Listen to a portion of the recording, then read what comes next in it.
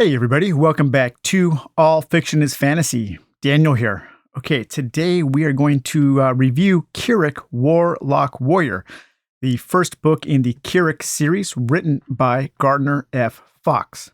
This book was published in 1975. So in my introduction video I did to some of the Gardner F. Fox fiction, if you recall, I was told to avoid Gardner F. Fox's sword and sorcery fiction because he was a hack and that Kyrik was a hack work. And I really do not think that Kyrik is hack work. It's totally fine.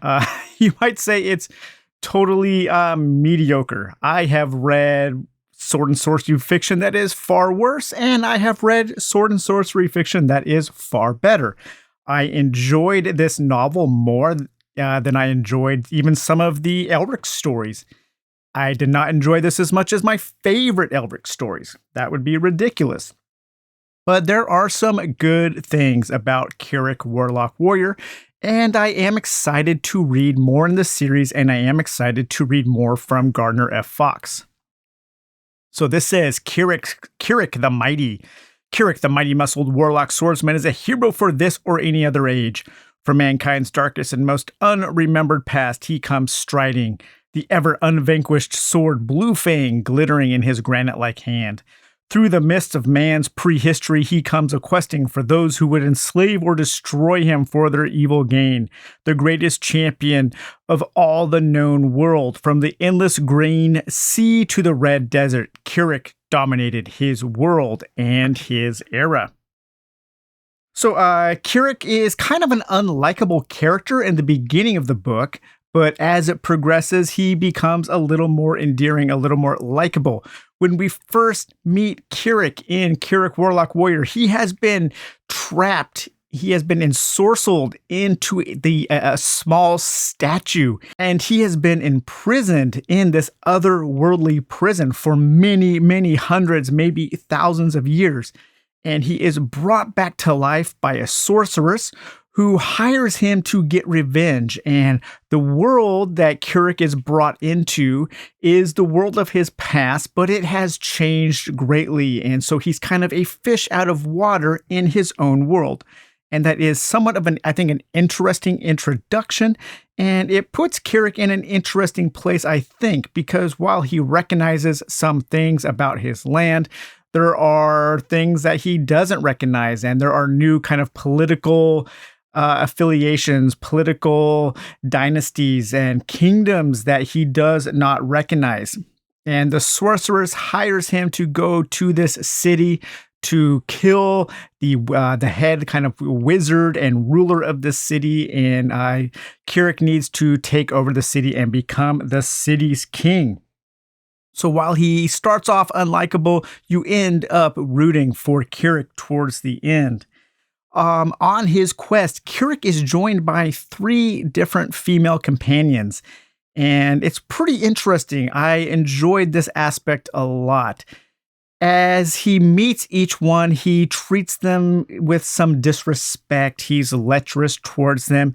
You almost start to think that it's going to get a little rapey, but luckily it doesn't. Gardner Fox pulls back just at the moment where I was starting to cringe a little bit, but thankfully it doesn't cross that line at all. But as he continues to partner up with these 3 female companions, they start to become like sisters in arms, and they actually hold their own in battle. They help him. One of the female companions he meets up with is a goddess, and the goddess becomes this spirit that possesses his blade, this kind of like sensual snake goddess. And then he meets a gypsy woman who helps him fight, and then the sorceress who he partners up with for his quest for revenge.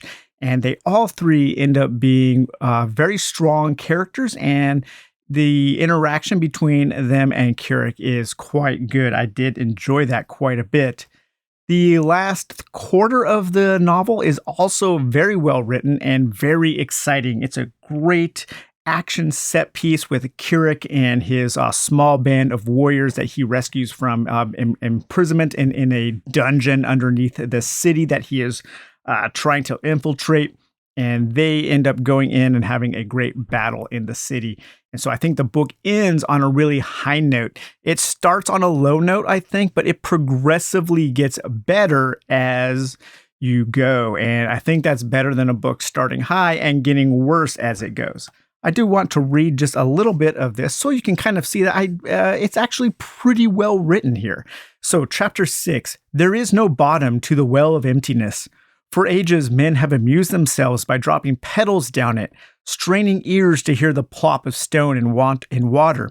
And there has never been a man who claimed to hear that sound. Wise men said that there was no bottom to this well, and it went down into the very bowels of the planet, and there was only molten magma there to catch and melt the bones of any man who fell into it. They said also that a man who leaped into the well might die before he reached that molten matter. Kyrik remembered all of this as he leaped.